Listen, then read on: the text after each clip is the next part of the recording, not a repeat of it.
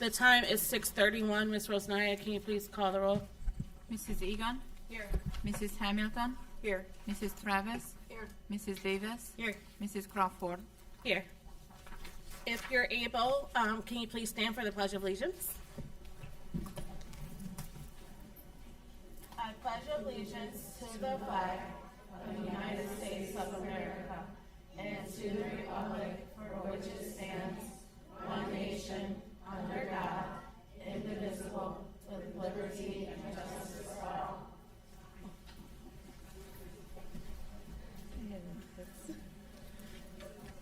All right, we do have an addendum. F, administration reports, removal of the following administrative report, traffic impact study with the TMS engineers, and then item I, action item personnel, removal of Mark Bendis' recommendation for retirement, as this retirement was already approved on August 21st, 2024. Do I have a motion? So moved. So moved by Mrs. Hamilton. Second. Second by Mrs. Davis. Any discussion? Ms. Rosnaya, can you please call the roll? Mrs. Hamilton? Yes. Mrs. Davis? Yes. Mrs. Egan? Here, yes. Mrs. Travis? Yes. Mrs. Crawford? Yes, thank you. All right.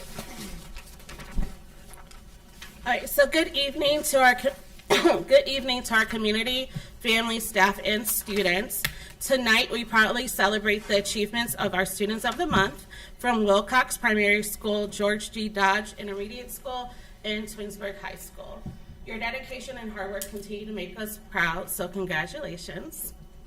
We are also honored to recognize our Lady Tigers varsity basketball team for the 2024-2025 OHSAA Division II District Champions and Regional Qualifiers. These outstanding student athletes were recognized as one of the top 5 academic girls basketball team in the state of Ohio, earning a team GPA of 4.0. Awesome. Not only are they fierce competitors on the court, but they are truly excelling in the classroom, so that is something to be incredibly proud of, and we can clap it up for this.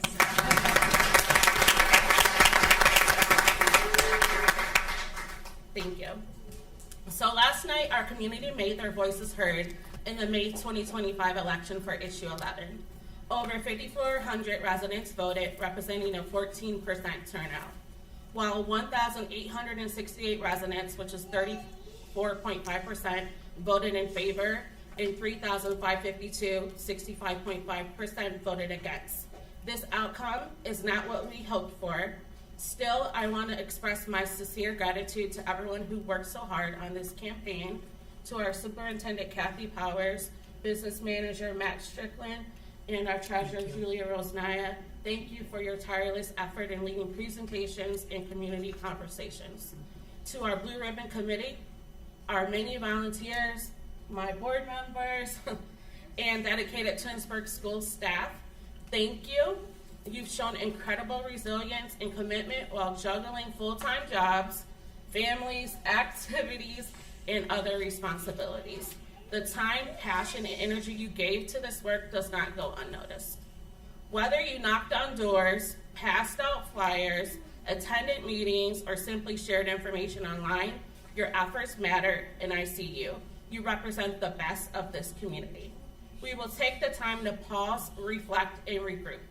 Our next step before moving forward with anything else will be to gather feedback from our staff and our community. We plan to use surveys and host forums to ensure your voices are heard. Please make it a priority to participate. Your input is vital in helping us shape the path ahead. If you're looking for ways to get more involved, consider joining the Blue Ribbon Committee or one of our school-based advisory groups. While we may never have the perfect plan, together we can work toward a solution that truly meets the needs of our students and our community. This month also brings many reasons to celebrate. So first, I want to say a huge thank you to our PTAs for organizing thoughtful activities across our schools. To our staff, amazing staff, your dedication, compassion, and commitment to excellence inspires us. Daily, you're the reason our schools shine. Thank you for being the heart of our district. So happy Staff Appreciation Week this week. So if you get a chance, parents, please make sure you send a thoughtful note to our staff to thank them for going above and beyond in what they do each and every day. Last weekend, our students did enjoy a magical night at prom, which was held at a new venue, the Hilton Garden Inn. Everyone looked incredible and had a great time dancing to the music of DJ Relly Rel. After prom was exciting at Roll House, so I want to thank our after prom committee who helped organize such a fun event and who also provided the seniors some awesome gifts. I also had a great time working the event, so thanks to all who volunteered. As we move into the final stretch of the school year, we have so many wonderful events to look forward to. Cedar Point trips, visits to the Cleveland Zoo, field days, senior scholarship night, and of course, graduation. Let's cherish these memories, finish strong, and continue celebrating the amazing students, staff, and families that make Twinsburg such a special place. Thank you. All right, thank you, Mrs. Crawford. That's hard to follow. Good evening, Board of Education. Good evening, everybody who is here, and those who may be watching us live stream tonight. Welcome to our Board of Education meeting. This meeting, we are going to be celebrating students from Wilcox Primary School, George G. Dodge Intermediate School, and Twinsburg High School. And this is the last time this school year that we're going to have students to celebrate at our board meeting, because pretty soon, within the next maybe 3 weeks, guess what? Summer vacation's here. So this is the last night to really celebrate it up, guys, for being students of the month in our school district at Wilcox, Dodge, and the high school. Board of Education, this is a Staff Appreciation Week, as Mrs. Crawford just mentioned, and we are so appreciative to our PTAs who have just treated us so well this week, and all of our parents who've reached out as well. Board of Education, thank you for recognizing the central office staff with your treat this morning. That was very kind of you, and we just are so indebted to the kindness that we receive for supporting the students here in the school district. Board of Education, tomorrow's a pretty big day because tomorrow is our State of the Schools address at the Twinsburg Chamber of Commerce luncheon. It is also their scholarship event for Twinsburg High School seniors in the class of 2025. And as part of our State of the Schools address tomorrow, we are celebrating a lot of staff members. So lots and lots of staff members will be recognized tomorrow morning at our State of the Schools address, and you'll be able to watch that on my Community Focus app following tomorrow's State of the School address. So we appreciate Community Focus for taping that and sharing that with our community as well. Just a reminder to our families that kindergarten registration is underway, and if you happen to have a child who will be entering kindergarten, now is the time to go on the district website under the For Parents registration and enrollment drop-down. And on that page is a lot of information that you will need to fill out to be able to register for an appointment for kindergarten screening, which is on June 2nd and 3rd at Wilcox Primary School.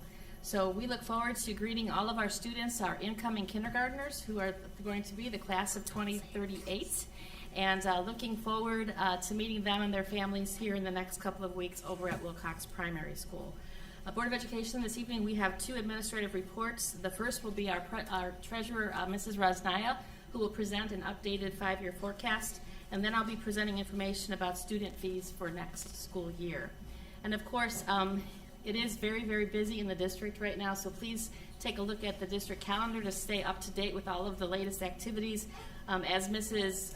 Crawford mentioned, last weekend was prom. I was there. It was wonderful. It's so fun to see the seniors and their dates, and they're so grown up looking, and they looked so beautiful and so handsome. So congratulations to the class of 2025. And we want to say a special shout out to Mrs. Candace Wolf, who is the senior class advisor. She put a lot of time and effort into the prom, and it was just absolutely beautiful.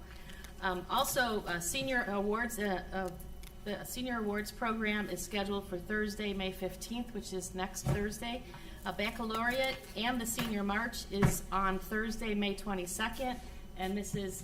Davis, that's a change in date, so just so you know, it's Thursday the March, not Friday. So you might want to mark that down. And then, of course, commencement for our class of 2025 is Tuesday, May 27th at E.J. Thomas Hall at the University of Akron. It's going to be here in a minute. Always a great event. We can hardly wait to get there. And so tonight we're celebrating a lot of students, and so I want to ask Mrs. Turner to come forward as we celebrate our Students of the Month from Wilcox Primary School. Good evening, Mrs. Turner.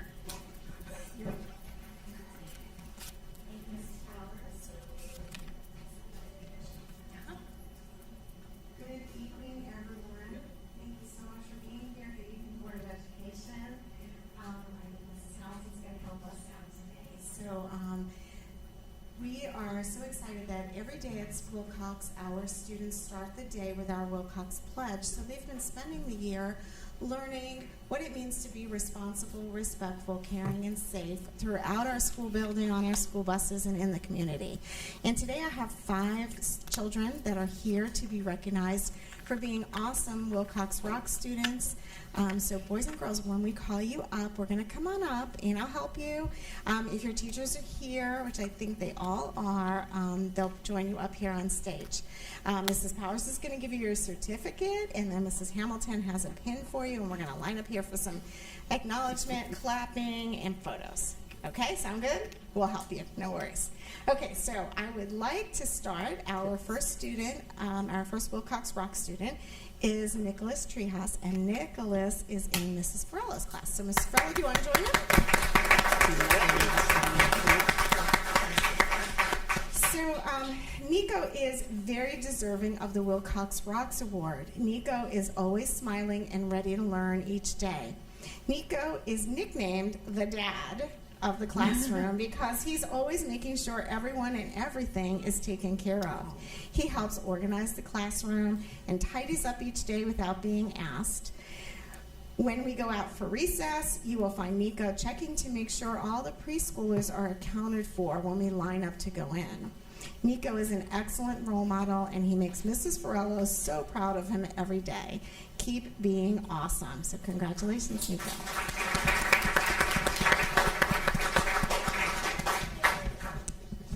Joining Nico on stage is our next first grader, Waris Benapal from Ms. Cassard's class. And Ms. Cassard's going to join us from the piano.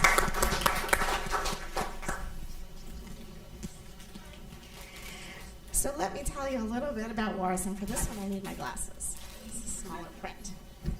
Waris is the perfect example of a great role model and a caring person. In class, he always works his hardest and encourages others to do their best. Waris is always the first to help out his teachers and classmates when something needs to be picked up or when someone needs help with something. He is also a great friend to all of his classmates, and he has the ability to improve anyone's mood just by being his funny and caring self. Waris lives the Wilcox Pledge each and every day, and Wilcox rocks because of him. So congratulations. Next up, we have another first grader. This is Autumn Wooten, and Autumn is from Mrs. Knisley's class. So welcome up, ladies.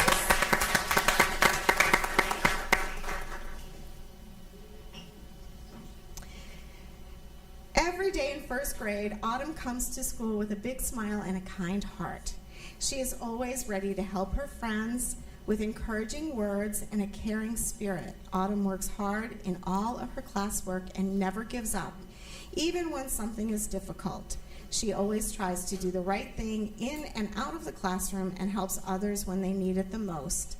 She shows respect to adults and treats everyone with care. We are so lucky to have Autumn in our classroom this year. So congratulations. Joining our first graders on stage, we have 2 kindergarten students. So the first one is Joanna. I'm going to do my best. Her mom just told me. Oyalowo. Is that good? Joanna, come on up.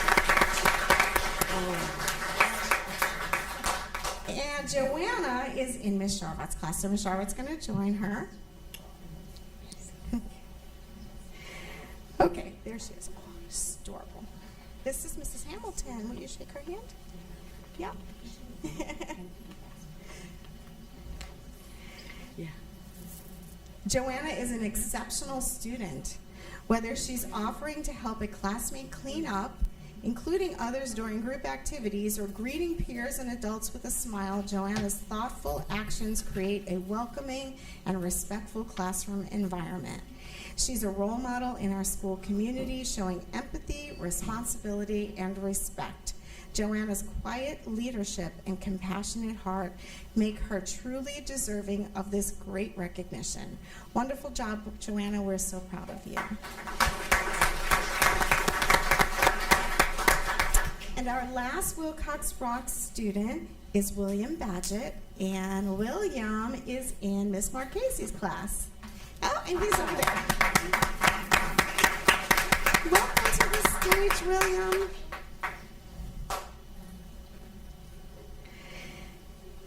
William is caring, helpful, and hardworking. He is always the first to lend a helping hand and include a classmate. He is a great friend to each and every student in his class. William is kind and respectful to all students and teachers. We can always count on William to make us smile throughout the day. Wilcox rocks because of William.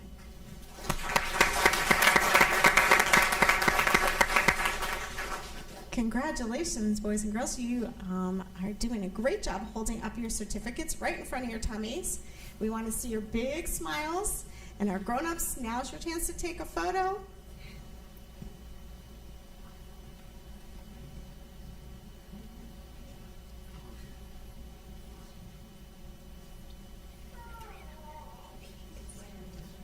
Sure.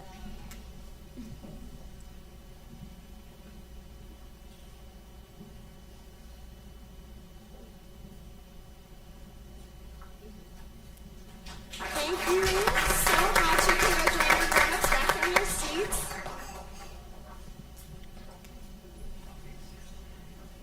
We're super proud of all of them. They've been doing so much and they've grown so much this year. So, and thank you families for being here to celebrate with us. Next up, we have the administrators from George G. Dodge. So, from the high school? Oh, okay. So, Wilcox families, if you would like to stay, you're certainly welcome to, but this is a good opportunity if you would like to go home and then let the Dodge families come on in and take some seats. So, it is completely up to you. We are so grateful for you to join us tonight while we make this transition.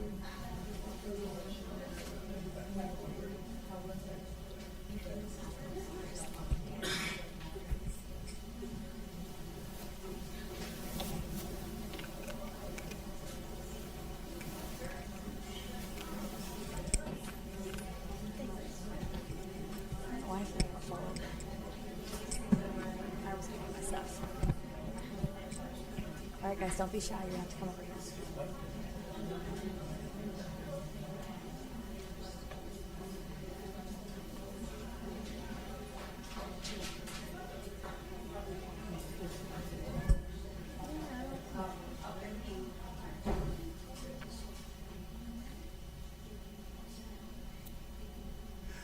So good evening, everyone. It's an exciting time for us to recognize our Dodge Students of the Month. We got a little special treat for you right now because we're in the Students of the Month a little bit different this time because we got so much going on. As you know, our 6th grade is over preparing to go to Camp Waianoa next week. We got the second half of 5th grade going to Greenfield tomorrow morning, bright and early. So our students are very busy and they've got a lot going on. So we're going to have a special treat and do our Students of the Month a little bit differently as I turn this over to Ms. DeVille. Well, Mr. Holland actually just stole what I was going to say. So I am going to pass it over to Mrs. Palka to get us started for tonight. Hello, everyone. I'm Mrs. Palka. I'm a 4th grade teacher at Dodge. And I have the pleasure of introducing our first 4th grade student. Her name is Ariana Valore. She's in my homeroom, and I nominated her.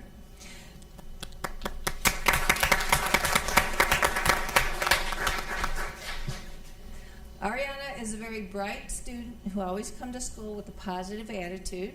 She's a hard worker and can always be counted on to participate in social studies and science class. She's very thoughtful and helpful to her classmates. I can count on her to have a smile on her face every morning. She's just a little nervous right now. She's always got a smile on her face. Next up,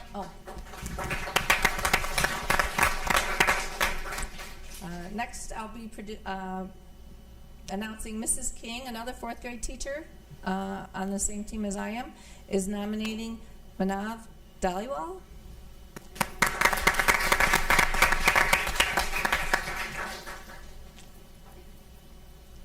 Manav loves school.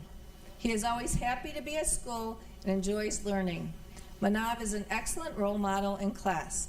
He follows the expectations, participates in class, and always has his homework completed. In addition, Manav is kind and respectful to everyone.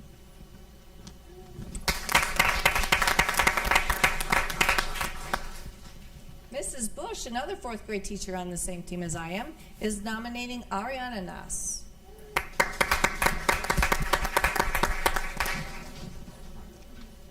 Ariana has done an outstanding job in fourth grade.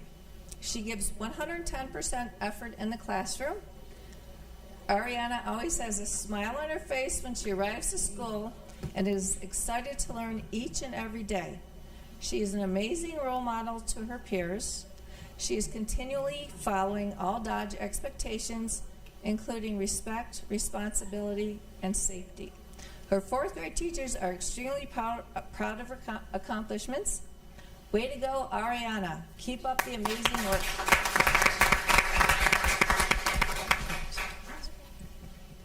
All right, so Mrs. Bell, our technology teacher, nominates Evelyn, Evan, or Ev Donatelli.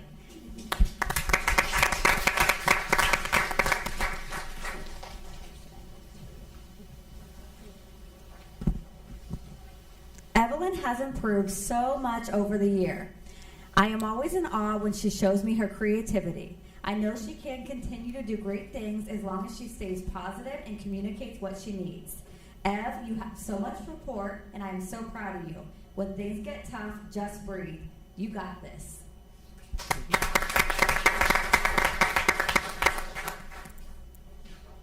All right, hello, I am Mrs. Jar Music. I am the orchestra teacher at Dodge, and I nominated Michael Curry.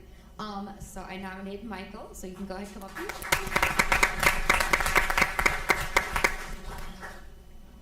All right, and I chose Michael because he has really shown a passion and love for the violin. He comes excited each day to learn and play and is a strong leader in his section to those around him.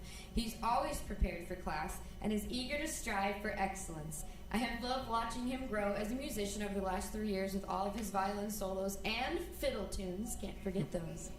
And I look forward to his continued journey at RBC next year. So congratulations, Michael.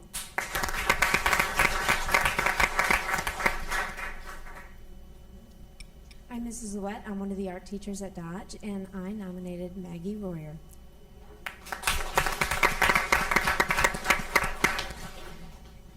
Maggie, from the first class, I knew that you were going to be an artsy student. She has creative ideas and takes off with them to make unique projects. For example, she did a project twice the size of the other students, and instead of coloring the whole background, she did all the Hamilton lyrics in color to fill the space. And that one is when I knew I was going to choose her. She is helpful and willing to create art that is beyond the art class. She is a role model to her peers. She creates art outside of school time and will talk about art because she loves it. I hope that she will continue creating art and she will have an artistic career and be helping others. She loves to do that too.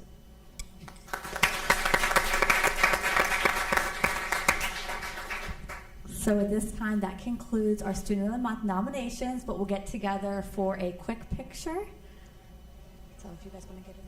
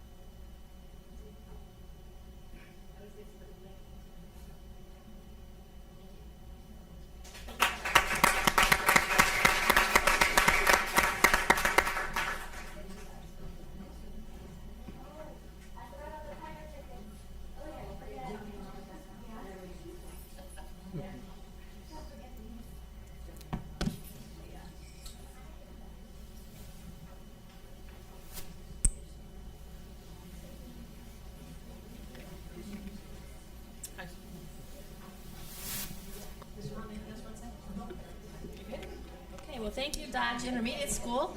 And as soon as you get your Tiger tickets, if you'd like to stay for our high school presentation, you're welcome to do that. If you prefer to leave, maybe it's an ice cream night because it's sunny, maybe that's the time to leave now for your family. Thank you for being here tonight. Thank you so much. Have a nice summer. Oh, thank you. We'll get there.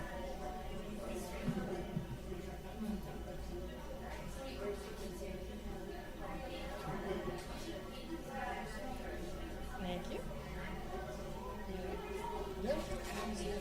Oh,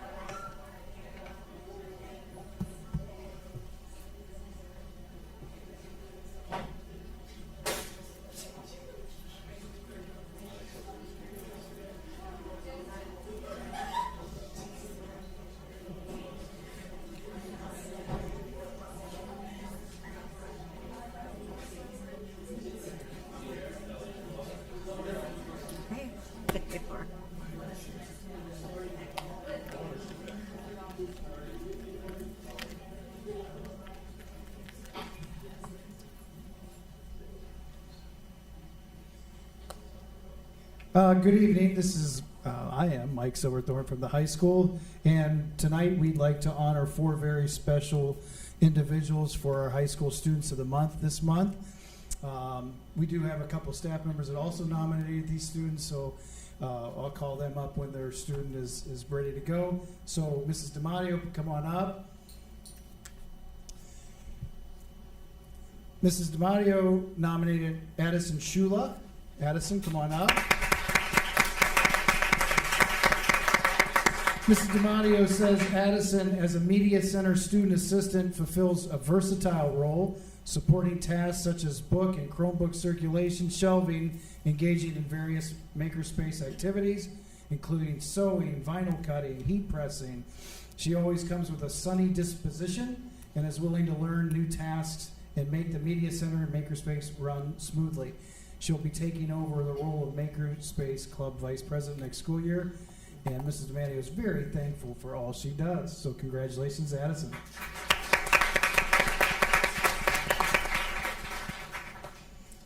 Next, I'd like to call up Dwan Scott.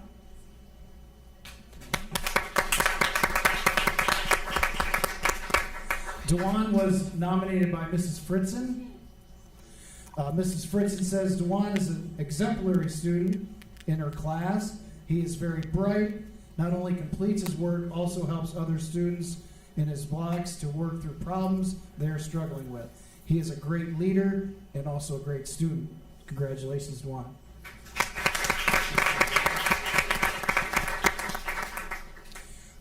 Our next student is J.D. Okuma. He couldn't show up tonight because he has baseball. Mrs. Hobson, who is an IA with Mr. Socrates' task unit, says J.D. volunteers in our classroom as a mentor to our students. J.D. displays maturity beyond his years when working with our students, works with them on schoolwork, plays with them, eats lunch with them, has brought several students of ours to baseball team games. He even picks up one student in the classroom and takes to baseball practice. JD always leads with respect, responsibility, and makes right choices. It's obvious he lives and he's the best person he could be. His character is always shining, whether he's being watched or not. He is always caught doing the right thing. Congratulations to JD Okuma. Last, I'd like to call on Mrs. Kurt. Mrs. Kurt nominated Matt Dunning. Matt, come on up.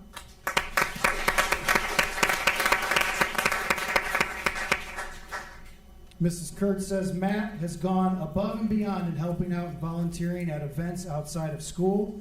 He's a big help with all aspects of the events, interacts great with the community. He will do great things before he even has to ask him to do them. Congratulations, Matt Dunning.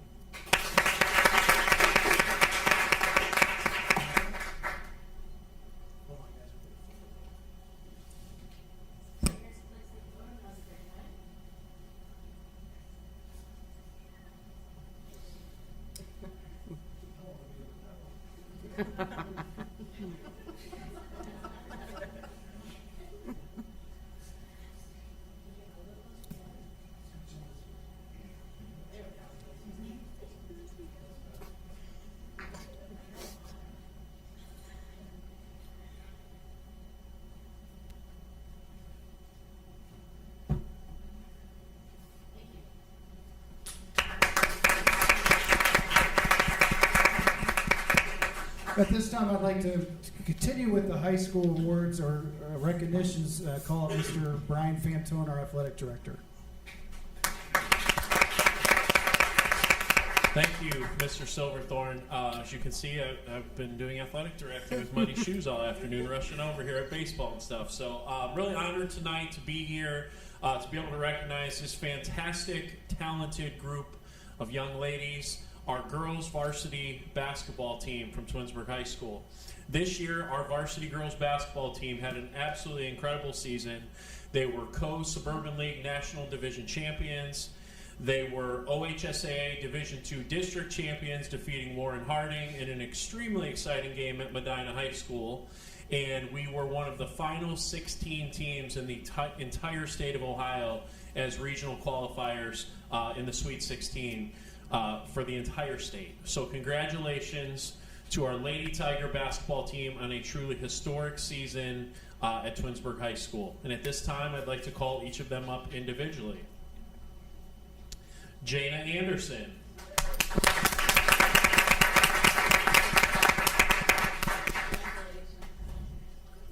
Tamia Andrews. Kayla Salura.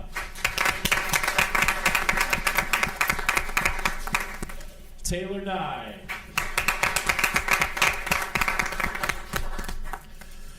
Christian Fletcher. Lena Gaydosh. Unable to be here tonight, Jada Gilmore. J.C. Hutton. Unable to be here tonight, Charlie Johnson. Unable to be here tonight because of her varsity softball game, Mackenzie Sweeney. Gianna Taylor. Juliana Tonelli. Unable to be here tonight because of her varsity softball game, Riley Velican. Libby Wolf. Lola Young. Our assistant coaches unable to be here tonight, Allison Lemieux and Michael Sweeney. And our head coach of the Lady Tigers, Mr. Spencer Jennings.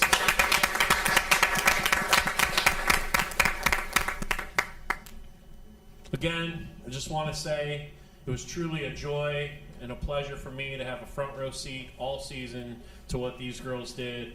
An incredible group. Every single one of these girls standing up here right now is back again next year. So it's going to be another big year for us next year that I'm really looking forward to, and I know all of these parents in the audience are also looking forward to. So congratulations, Lady Tigers.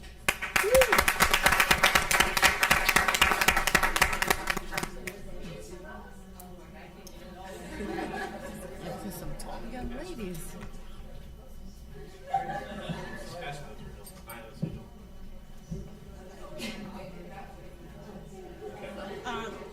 You all weren't in here for my president's report, but I do want to give a special shout out to this team. Not only did they have the talent on the court, but this team excelled in the classroom. They were 1 out of 5 teams in Ohio for 2024-2025 school year to get a team GPA of a 4.0, which is just amazing. So, truly proud of you all. Congratulations, and thank you for all your hard work. We appreciate it.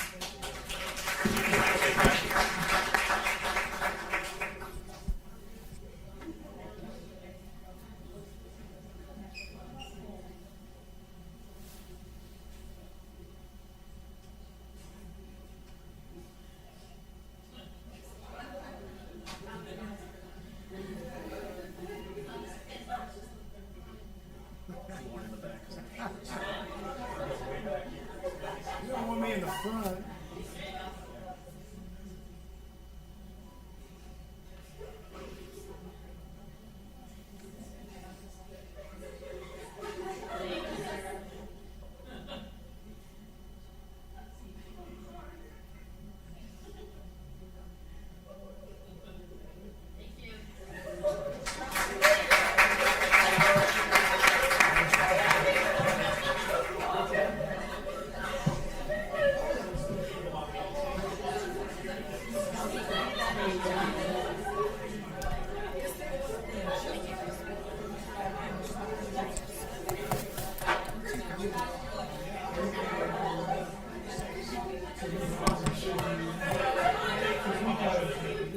Joseph Sill.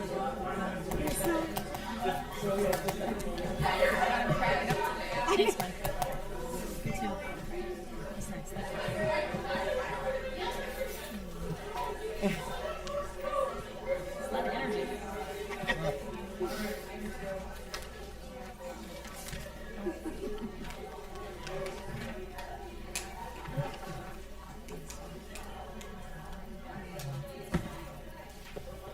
All right. We have the I know, Beth, you have business. Do you want to do business advisory committee? Sure report for us? thing, absolutely. So Business Advisory met on April 29th. Had a handful of items that went through. So with Wilcox, they had their animal careers for students. The vet clinic was traveled over to Bissell and worked with the students with there, as well as the CVCC had their digital design team, and they created and read to the students and had kind of an autograph session afterwards, which was kind of fun.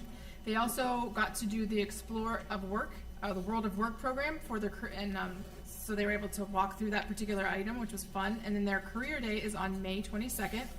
Dodge already had their career day, that was in December. As the spring, they kind of concentrate more on the state testing that's happening. Over at RBC, they continued with their speaker series, and this year they had 2 alumni, Eric Moore and Garrett Critchlow, that spoke. They had their college week, which was lots of fun, filled with college trivia. They had the scavenger hunts, and they had a whole bunch of activities and stuff that they had for those kids. As well as they had their CVCC field trip. The 7th graders will have the opportunity to work with the learning kids and talk through multiple careers, such as sports, medicines, arts, robotics, what's the other word I'm looking for? Cosmetics. And then finally at our high school, our e-fair that was held on March 5th was a success. We had over 35 vendors, and there was a lot of great feedback from both students and the vendors. So next year it will be held on March 18th. The 10th graders had their field trip to the CVCC, and we have about 75 of our current 10th graders that are going to be heading over to CVCC in the fall. So they're very excited for that amount of students this year.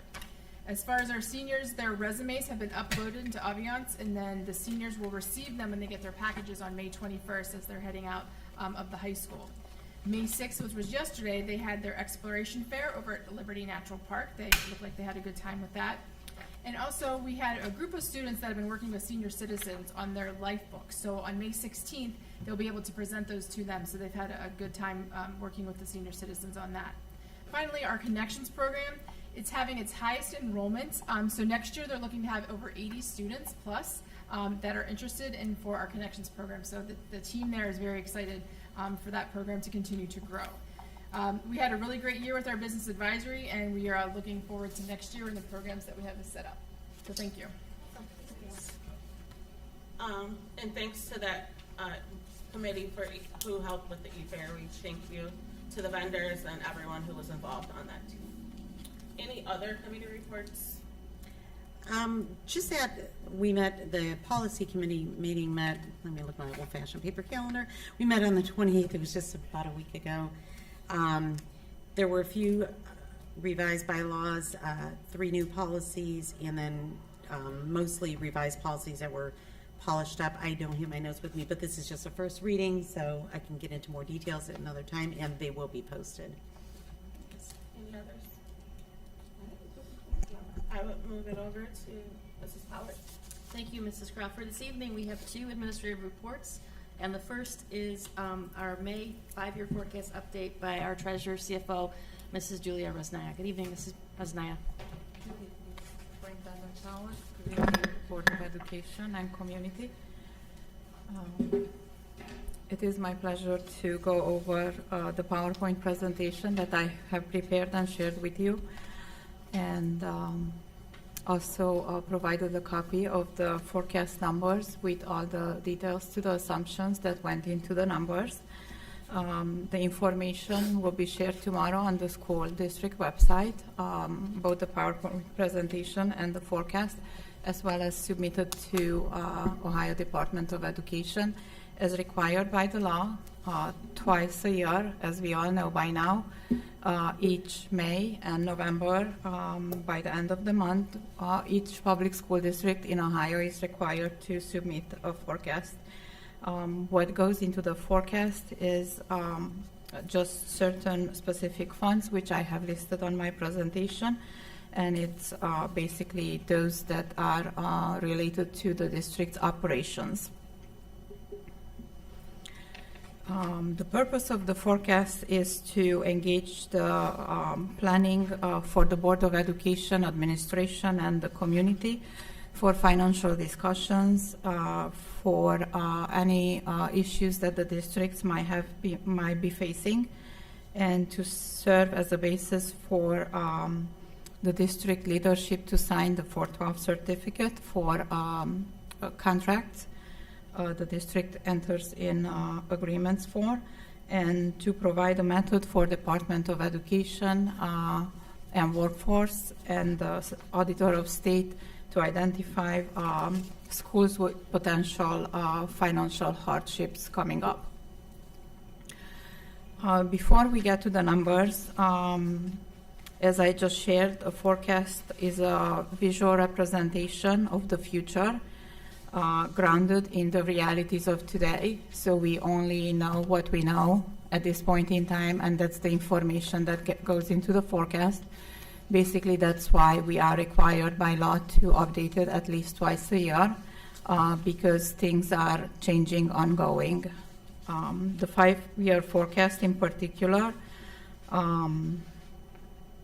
is requirement for the public schools in Ohio. I'm not aware that it is a requirement for other institutions, but I do also believe that it is helpful in long-term discussions for planning purposes. So again, as I mentioned before, the notes and assumptions must be read and understood with the details for the numbers that go into the forecast. Otherwise, the numbers could be misinterpreted by someone. And that's why I always provide them together.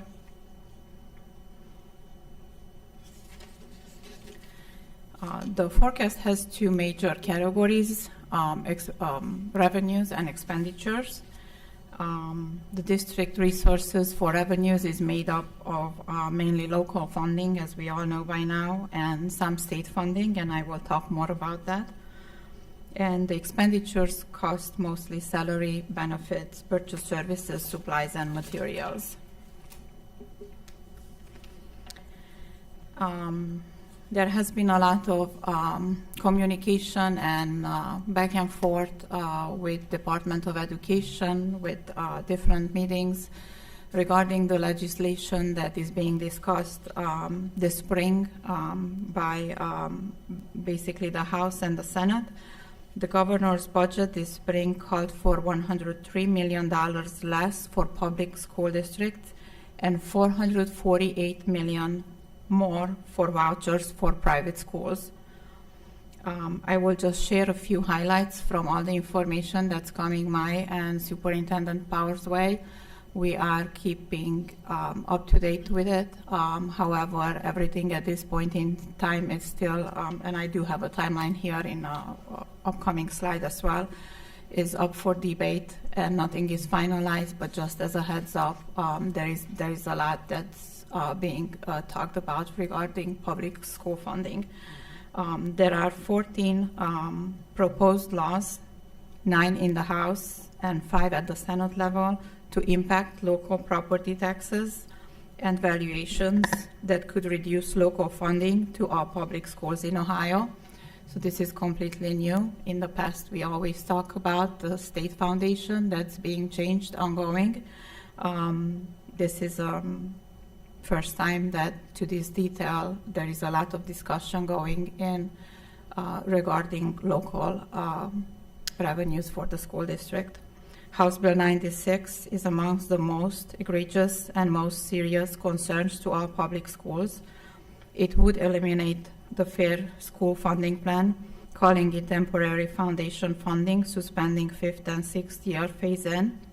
It would limit school district carryover cash balances to 30% of the prior fiscal year expenditures. And on this note, I would like to share that last year, prior fiscal year is what they're talking about.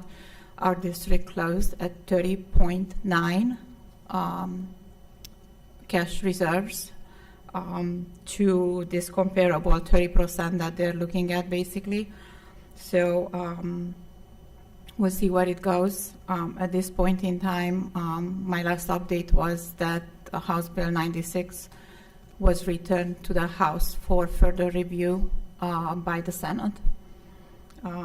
Empower the County Budget Commission to suspend voter-approved levies and disregard the 20 mil floor. So this is a first time type of discussion, again, that we have not seen before in the past. So basically what it says, if the school district has over 30% in cash reserves in a prior fiscal year, which our cash reserves annually tend to be less and less, so that wouldn't be the case for the current fiscal year, yet the County Budget Commission would still have the power to reduce our tax collections to get us to that 30%, if in fact it's going to happen. The property tax implications of House Bill 96 would be devastating to public school districts across the entire state. There are lots of school districts in the states currently, mostly the ones that had large ESSER funds in the last few years. They have basically have been building their cash reserves, and those are the districts that would get hit the most right now. So we're right on that 0.9% difference. We're right at level, so we'll see what happens. The Senate is now deliberating state foundation funding and property taxation for schools. The Senate has 5 pending pieces of legislation concerning property taxation, besides House Bill 96. The state budget's process will not be finalized until end of June. Our 5-year forecast yet has to be submitted in May. So again, the information we are aware is the only information that can go in the forecast, and that's why they ongoingly change. We will file the forecast with our current state funding level and property tax laws as to what is available, the knowledge that we have at this point in time, because there's nothing else that we can do better. Any changes which could be significant to state funding and property taxes will need to be accounted for in the upcoming November forecast. So here's kind of a timeline of the state budget and to where we are with that yellow little star at this point in time for the forecast to be submitted. But yet, this is before we know what happens with our state foundation for the next year. Our district financial story, quick overview. House Bill 33 continued the phase out of the fair school funding plan for fiscal year 24 and 25. ESSER funds that helped us provide additional student support ended in September 2024 for our district. Future funding is uncertain still for 26 to 29, as fair school funding plan is not funded beyond 25. We are on the foundation formula, and current legislative proposals freeze the funding at fiscal year 22 levels. Yet I will go over some information that are affecting significantly our expenditures. There are several property tax reforms being proposed by the legislature that could impact our local revenues in the future. We will not know what these are until later this year. if the state of Ohio cuts or reduces our state funding and severely impacts our ability to raise local funding, our district will need to make significant changes, cuts, pass new levies in response to these severe revenue challenges if we want to maintain our instructional programs, which we have been striving over all these years to maintain what is the best for our students. Under current laws and state funding, we are projecting a negative cash balance in fiscal year 28 of this current forecast and a very low cash balance for closing fiscal year 27.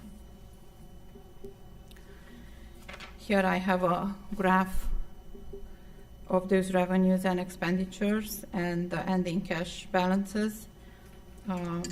With the strong support from our community, the $6.2 million levy that was passed in November 23 has significantly boosted our revenues for fiscal year 24 and 25.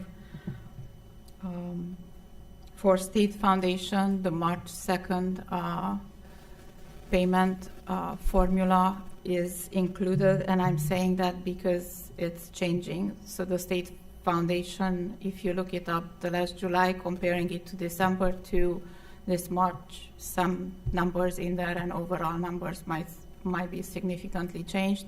I will just share one example, student wellness funds. That used to be a separate fund, 467, back a few years ago, 3, 4, 5 years ago, and then the state decided to include them in our general funds. In the beginning, the district has received about $230,000 each year for about 3 years, and this year, all of a sudden, we have $183,000. So it's a significant, basically, we're only getting 75% of what we've been receiving the prior year. So that's why I'm saying which numbers are included here, because it might change again by May or June, in fact. Expenditures still exceed our revenues in each fiscal year of the forecast. So for revenues,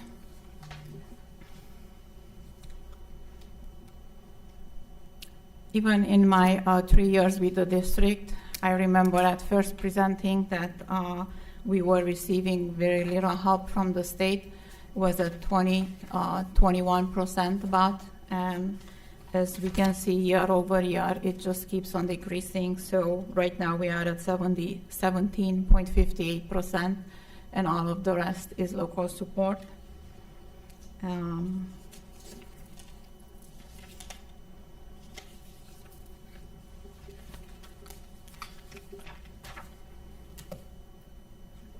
Challenges to our other challenges to our operating revenues over the years have been the state reimbursement for tangible personal property, which I have talked in details about in my prior presentations, which have ended in fiscal year 22 when we received our final payment of $633,000. And as a recap, in fiscal year 19, the district received over $3 million in that category. And in 15, we received $6.6 million, just as a comparison, as a reminder to why we might be struggling. Different areas are getting hit ongoing at different times, but it's just getting harder. Department of Education and Workforce dropped our revenue significantly, also due to property value and income level increases. As Superintendent Powers shares sometimes, the state says that we are a wealthy district. We might not agree with that, but that's where we are, and therefore our state monies are getting less and less. And then inflation is a very large factor with our expenditures. So I have pulled a comparison here for different categories. I thought this would be interesting for all of us to look at. And those in the community that would be interested and are asking why is the school district deficit spending or still, year after year. So this might be also a slight explanation next to everything else that I shared, where we're getting hit with our revenues. We're also getting hit with our expenditures, but the other way, they're not decreasing, they're increasing. So how do you balance them? So first chart, I have 4 little charts in here, shows January 21 to 22.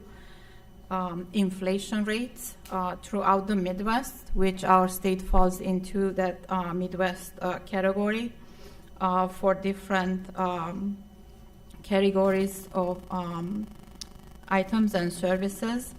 And then I have the same for 3 more years, so 22 to 23, 23 to 24, and 24 to 25. So if we just look together at one of these categories that our school district is using ongoing,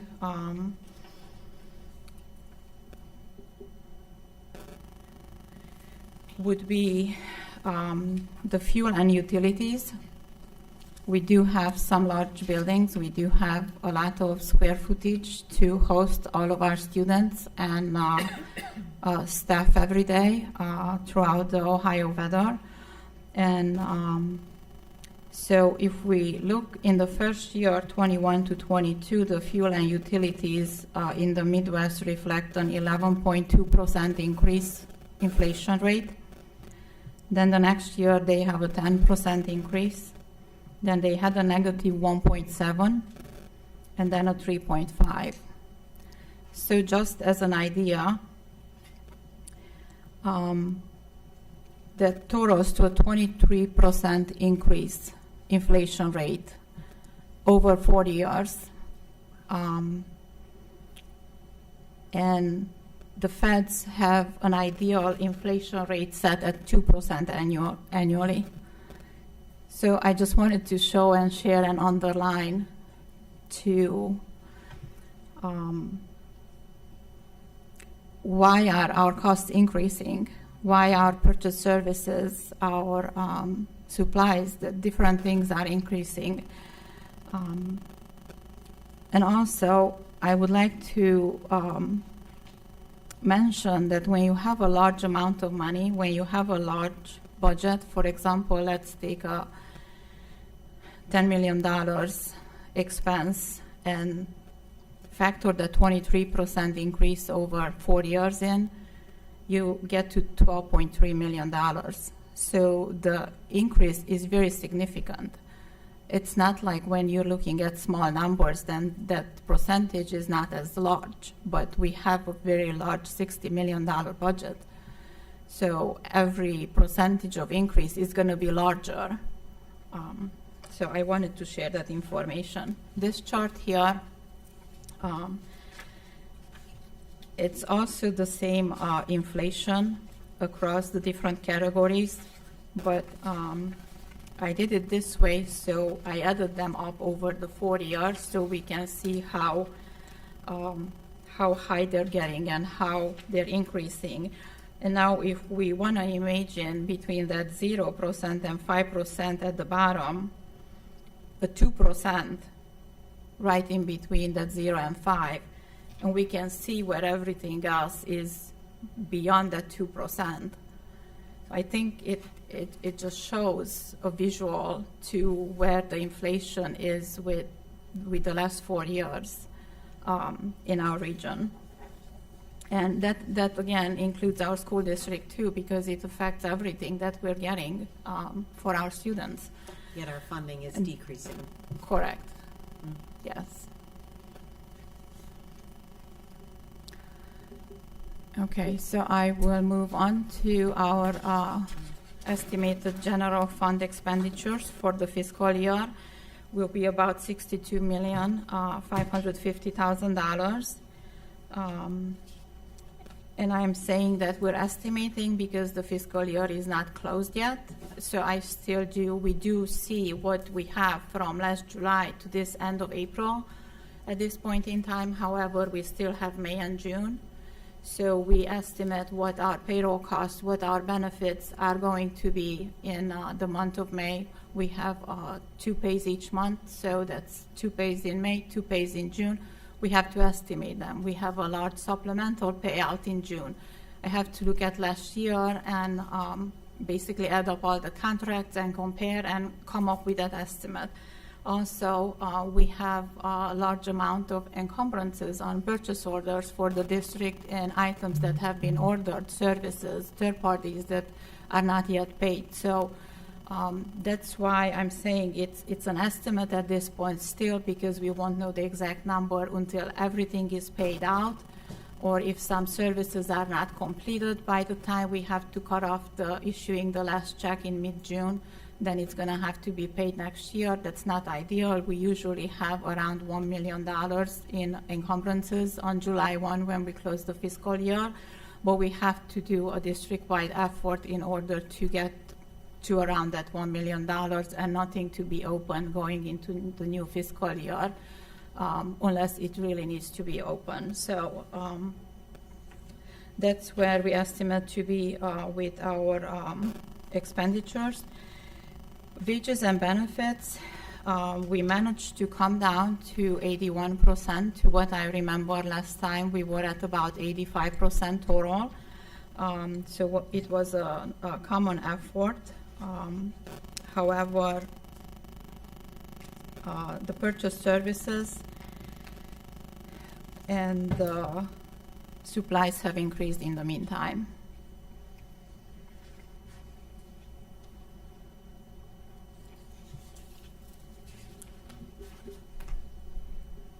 Okay, so here I just have a general overview of where we are with the payroll, a 2.5% increase based on the Board of Education's and teaching staff last agreement for the upcoming 2 more fiscal years each year, and then classified staff last year was a $1 per hour increase, and this year we are at 2% increase, and then next year at 2.5%. And here I would also like to mention that another moving factor usually is the step increases for the teaching staff, because they get on the pay schedule at the higher step each year that they're teaching, unless they are kept at the highest number of years, and then they're not moving anymore.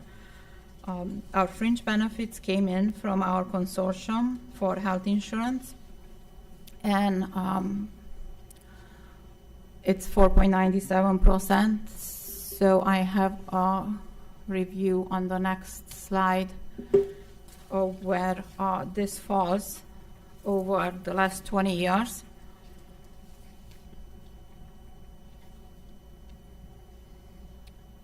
So we can see back about 20 years ago, 2003, 4, 5, 6, 7, the health insurance increases. 2002 to 3 was extraordinarily high. They were higher than right now, and then they went down in the 2010 years later, 15, 16, 17, 18, to about a 2+%, which was great. And then we had around 3-4% in 19, 20, 21, 22, and then since 22, 23, this category has increased again. So I just wanted for us to have that visual as well.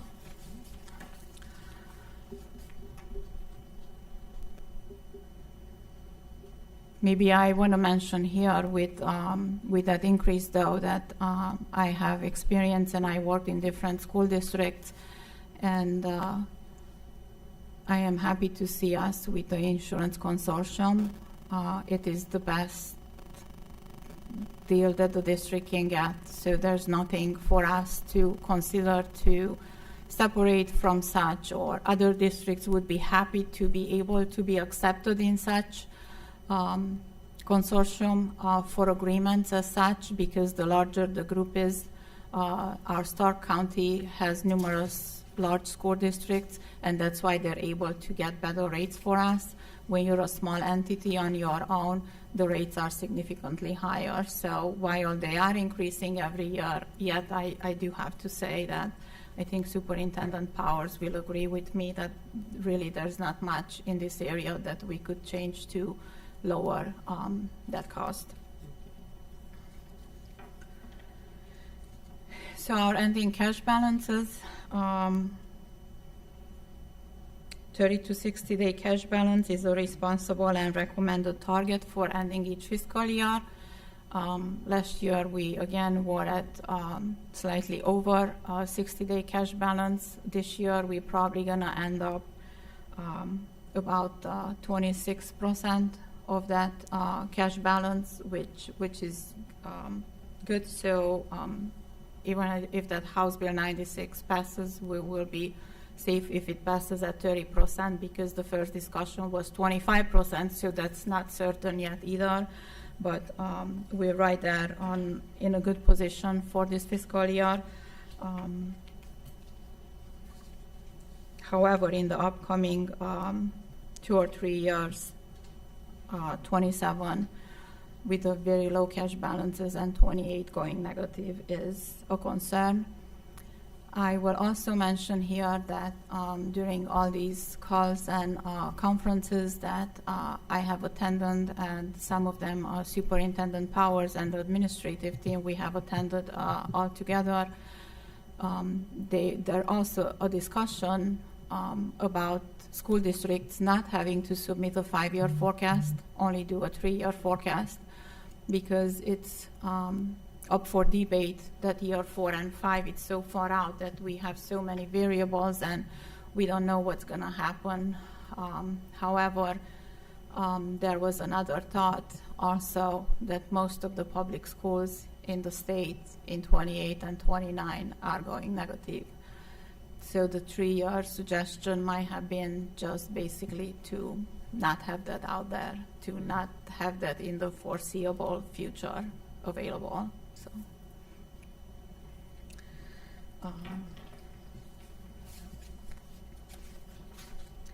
I would also still they would like to say that with the current state foundation formula and House Bill 96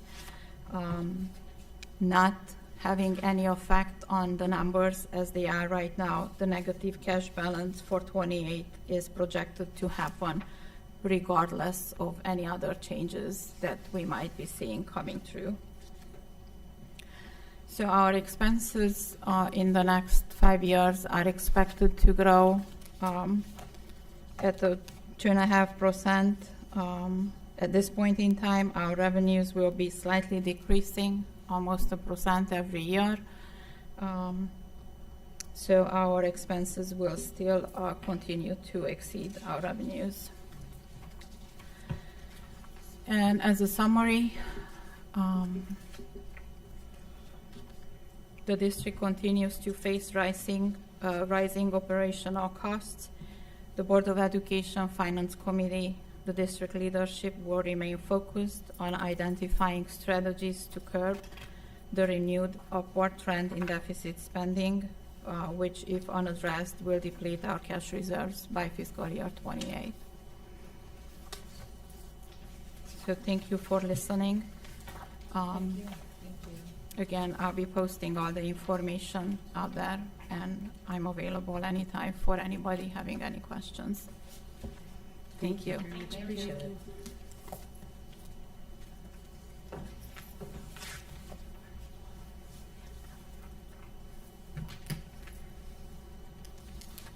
We're going to just change over the PowerPoint slides here, Board, and focus next on the student fees for next school year, the 25-26 school year. This is the Board of Education meeting.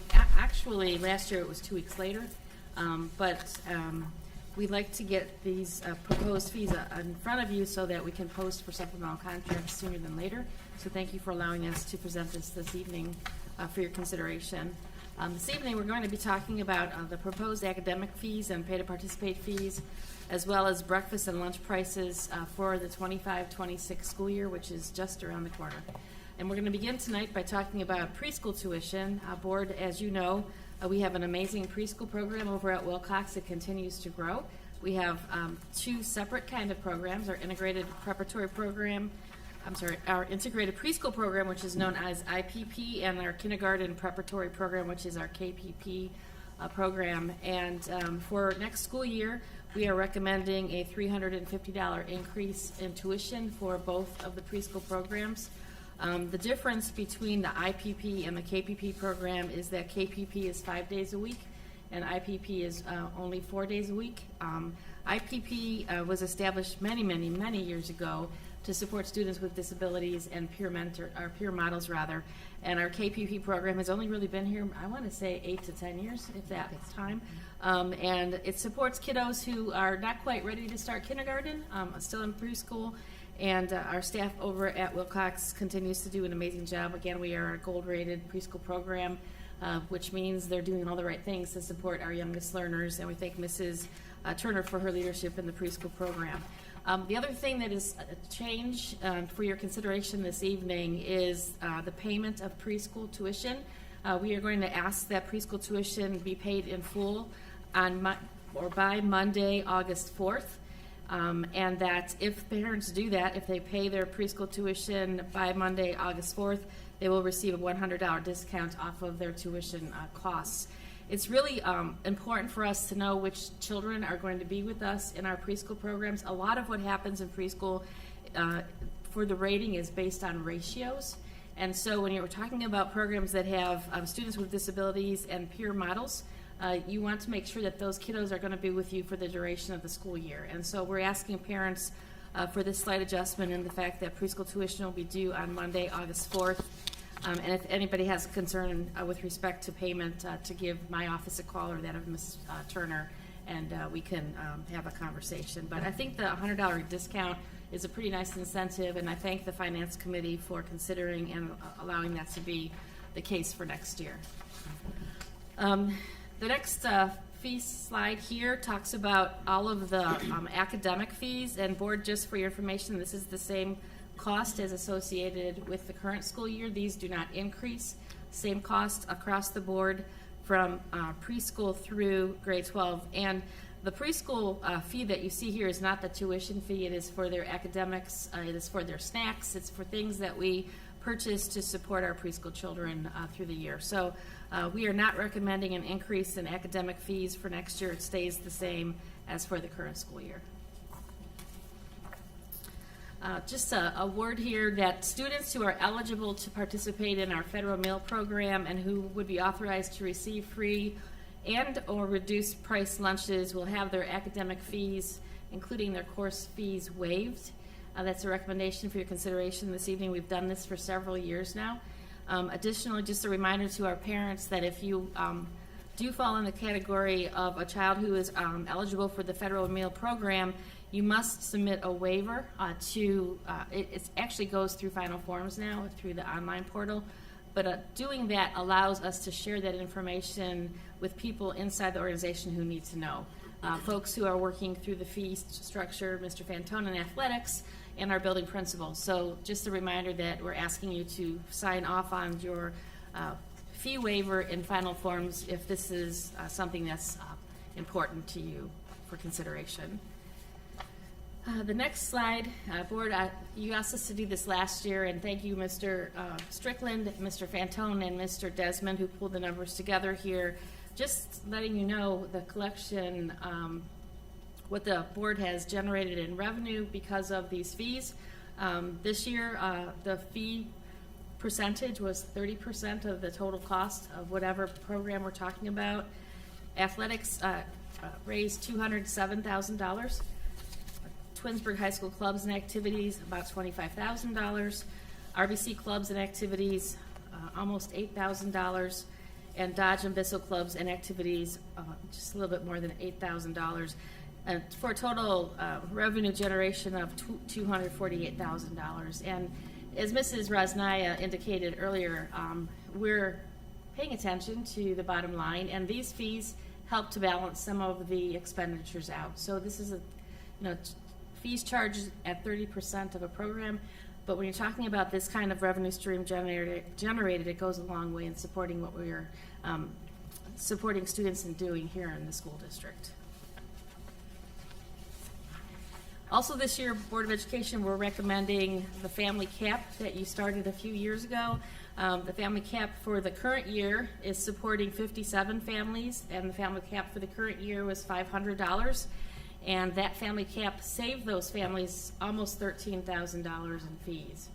So imagine if you have a couple of students at the high school and they're all athletes and they're playing football and basketball and track in the spring. This goes a long way in saving our families some money. And so we thank you for your consideration about the family cap moving forward tonight as well. Also, families who request payment plans, we're able to help support that request. And currently we have 7 families who requested to be placed on payment plans, and this was before the start of this spring sports season. So what we find is that families are reaching the family cap pretty soon, and so in the spring sports season we're not having families request payment plans because they've reached the cap already. Our students are very busy with all kinds of activities, and that family cap is really helping families out with their fee payments. And then the other thing I wanted to just mention here this evening that, as you know, we have free and reduced federal meal plan waivers. And this is an amazing number. I asked Matt actually to double check it because I couldn't believe it was real. But 272 of our families saved almost or a little bit more than $8,000 in pay to participate fees because of their waivers. And so this is a huge service to our families who may have some challenges economically, and so 272 families were able to save some money with the waivers that you presented this current school year for pay to participate fees. So thank you for that, Board. So moving forward for the 25-26 school year, again, we are not recommending an increase in the percentage. Just like this year, our pay to participate fees are based on 30% of the total cost of any of our programs. And this is trended over 4 years, and that includes such things as transportation, personnel, uniforms, entry fees. All those things are placed into a very, very, very complicated spreadsheet that is overseen by Mr. Strickland with the assistance of Mr. Fantone and Mr. Desmond. And through those calculations, we're able to set the fees this evening for your consideration. But again, all of our fees for pay to participate are 30% of the total cost of the program. So the board is picking up 70% of all the costs of all of the pay to participate activities in the district. Again, with respect to students who are participating in the federal meal program and who qualify for a reduction in pay to participate fees, pay to participate fees are recommended to be reduced by 50% for students who would be eligible to participate in the federal meal program and who would be authorized to receive free or reduced meals.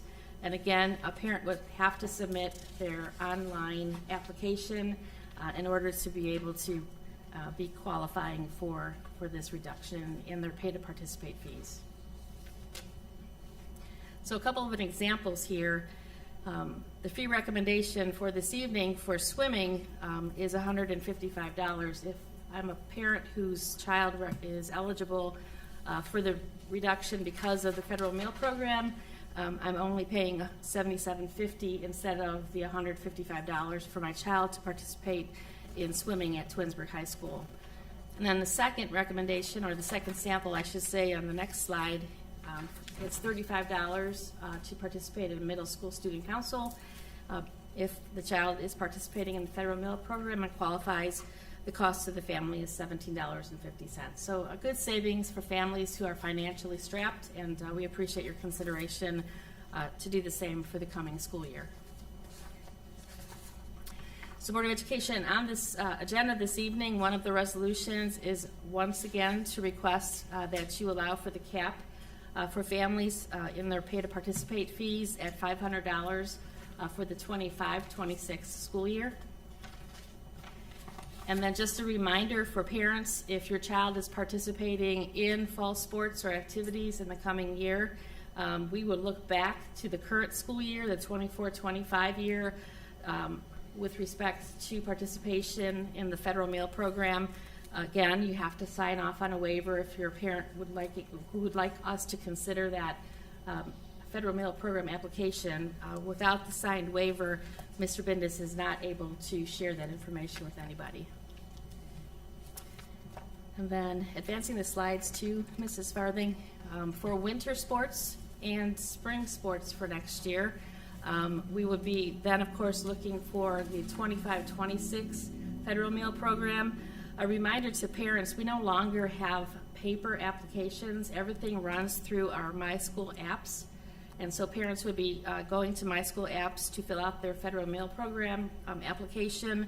And then in Final Forms is the location online where you would be indicating your permission for Mr. Bindus to release that information to internal staff so that we can use those waivers to support reductions in pay to participate fees. Several ways that parents can pay. Of course, you can pay by check or online via Pay Schools. If parents are going to do that, there is a service charge. At this point, it's 4.5% for credit and debit cards. An electronic check is charged $1.95 per transaction. Those are the rates that we know of as of today, so they may be subject to change. We don't charge that. It is through Pay Schools, and if they change their rates, we would have to then oblige by that too. And then, of course, if a parent is paying by cash or check, there is obviously no service charge associated with that. The Pay Schools link is found on our district website, and of course, the person to contact with any questions with respect to pay to participate is our athletic director on K-12 student activities, Mr. Fanto. Any questions about the academic fees or pay to participate fees being recommended for the coming school year? I just want to say that when it comes to us increasing the preschool fee, one thing that we did look at as a finance committee and the staff did, spend it there, looked at all the different daycares and other schools that are other programs that are in churches and things like that charge, and I can say we are still significantly lower.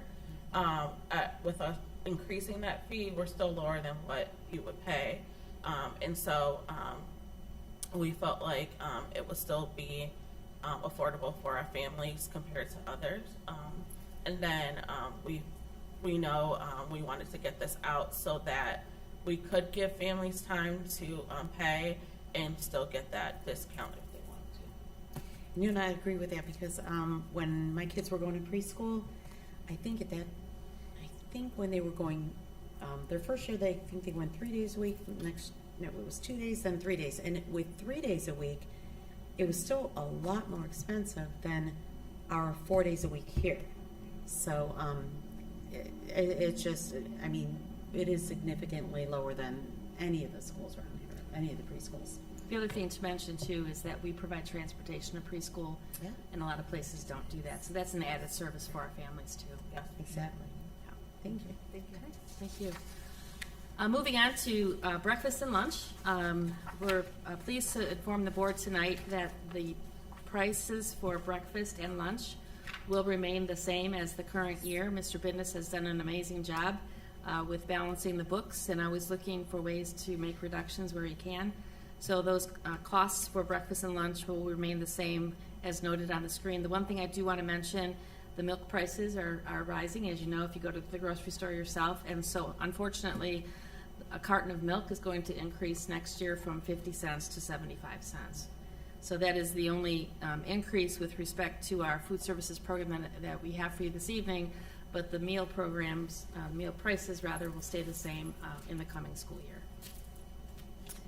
Any questions about our food services prices? That concludes our report tonight about fees for the coming school year. Thank you. You're welcome. Thank you. And we do not have any remarks. All right, item H, Treasurer's Report Recommendations. Number 1, resolve that the Twinsburg Board of Education approves the following meeting minutes, regular meeting of April 16th, 2025, and special meeting and work session of April 16, 2025, as sent to the board under separate cover. 2, resolve that the Twinsburg Board of Education accepts the following financial reports for the month of March 2025. Bank reconciliation, cash summary report by fund, cash summary report by fund, and special cost center. Disbursement summary report and investment portfolio review, as sent to the board under separate cover. 3, resolve that the Twinsburg Board of Education approves all expenditures for the month of March 2025 as reflected in the above named reports. And 4, resolve that the Twinsburg Board of Education approves and adopts the Twinsburg City School District's updated 5-year forecast and assumptions for school years 2025 through 2029 as prescribed by ORC 5705.391 and 5705.412 for the attached exhibit. Do I have a motion? So moved. So moved by Mrs. Hamilton, Second. second by Mrs. Egan. Any discussion? Ms. Rosenaya, can you please call the roll? Mrs. Hamilton? Yes. Mrs. Egan? Yes. Mrs. Travis? Yes. Mrs. Davis? Yes. Mrs. Crawford? Yes. And that motion passes 5-0. Item I, action items, personnel. Number 1, resolve that the Twinsburg Board of Education accepts the certified and licensed personnel and/or contract recommendations detailed in the attached exhibit as per the dates, terms, and other applicable conditions specified pending satisfactory ORC background checks. 2, resolve that the Twinsburg of Education accepts the classified personnel and/or contract recommendations detailed in the attached exhibit as per the dates, terms, and other applicable conditions specified pending satisfactory ORC background checks. And 3, resolve that the Twinsburg Board of Education accepts the supplement contract recommendations detailed in the attached exhibit as per the dates, terms, and other applicable conditions specified pending satisfactory ORC background checks. Do I have a motion? So moved. So moved by Ms. Davis, Second. second by Ms. Travis. Any discussion? I just want to thank, we have a couple of retirements. So I wanted to, I know, it's further back. It's like page 11. Amy Bennett, at the high school for over 20 years, service to the district. That's going to be a huge loss for us. She also did the senior awards and everything like that, so we definitely will miss her for our district. Willie, no, no, It's just- all right. Then we have Amy Fargo, who's our payroll administrator, who had 10 years to the district. And so that's definitely, she's helped us a lot in our district, very knowledgeable with our stuff. And so that she definitely will be missed as well. But we wish her good luck in her new role. Anything else? And then congratulations to some of our new employees who are being hired as well. Ms. Rosenaya, can you please call the roll? Mrs. Davis? Yes. Mrs. Travis? Yes. Mrs. Egan? Yes. Mrs. Hamilton? Yes. Mrs. Crawford? Yes, and that motion passes 5-0. Item J, action items and new business. Number 1, resolve that the Twinsburg Board of Education approves the attached listing of media center items to be deleted from inventory per the attached exhibit. 2, resolve that the Twinsburg Board of Education approves the following list of books to be deleted from inventory. They are listed on the agenda. 3, resolve that the Twinsburg Board of Education approves the first reading of the revised, rescinded, or new board education policies and bylaws as noted below. 4, resolve that the Twinsburg Board of Education approves the agreement with Barnwell to provide educational services to one student while hospitalized. The cost is not to exceed $1,775 and is a general fund expenditure as sent to the board under separate cover. 5, resolve that the Twinsburg Board of Education approves a service agreement with Education Alternatives for 2 students to attend for the remainder of the 24-25 school year. Tuition cost is $8,525 total for both students and is a general fund expenditure as sent to the board under separate cover. 6, resolve that the Twinsburg Board of Education approves the adoption of the summer reading requirements for 2025. The adoption was approved on April 7, 2025 by the District Curriculum and Technology Committee. 7, resolved that the Twinsburg Board of Education accepts a donation from American Industrial Technology of a CNC machine to Twinsburg High School. The donation is valued at approximately $2,000 as per the attached exhibit. Just not missed a beat. Our superintendent goes to work every day, meets probably 98% of every activity in the evenings and weekends. Our business manager drives a bus when it's needed. He sweeps floors. He cleans up water spills, and he helps when roofs are leaking. And they don't complain. And they don't stop. And we have a district that is very unique in those two features. Because we have a lot of districts where we don't have that type of leadership that works 24/7, no matter what the call may be. And so, again, it's a lot that we do as a district, a lot of things that are not noticed.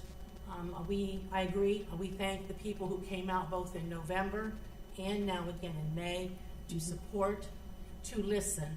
And even if you couldn't vote for your own personal reasons, that yes vote, I understand that. I completely understand that.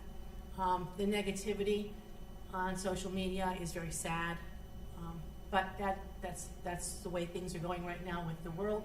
But again, I just want to say, as an educator, I know how much it takes. I know how much you give, and so I just want to say thank you to both of you for everything that you have done. It's thankless sometimes, but it's recognized. Thank you. And also, I want to point out, we have administrators here who put in so much time in this as well, meeting at these Blue Ribbon committees. And we have our treasurer who spends an unusual amount of time within the district at activities that I haven't seen sometimes in other districts, just because she really likes to. She likes to be involved with our kids, our students, and our families, and genuinely enjoys it. So your presence is more than I've seen, is unusual and appreciated. So just wanted to throw that out there to some of you who are still here and to all of you who are sitting here. Thank you. Yes, thank you. Thank you. Thank you. I don't think we can thank you enough for everything you do. I know it's hard, so. And you want to get home, so we'll wrap this up. Mr. We do. Oh, that was miscellaneous. We do. Okay. It's miscellaneous. Okay, so I'm like, what are we wrapping up? Okay. Executive session. That the Board of Education enters into executive session at 8:13 p.m. to consider the employment, discipline, and compensation of public employees as per the Board of Education policy number 0166A. Do I have a motion? So moved by Mrs. Egan. Second. Second by Mrs. Hamilton. Ms. Rosnaya, please call the roll. Mrs. Egan? Yes. Mrs. Hamilton? Yes. Mrs. Travis? Yes. Mrs. Davis? Yes. Mrs. Crawford? Yes, yes, yes. And I do not see a reason for us to come back, so enjoy your weekend. And again, happy Mother's Day to all the mothers out there. Thank you.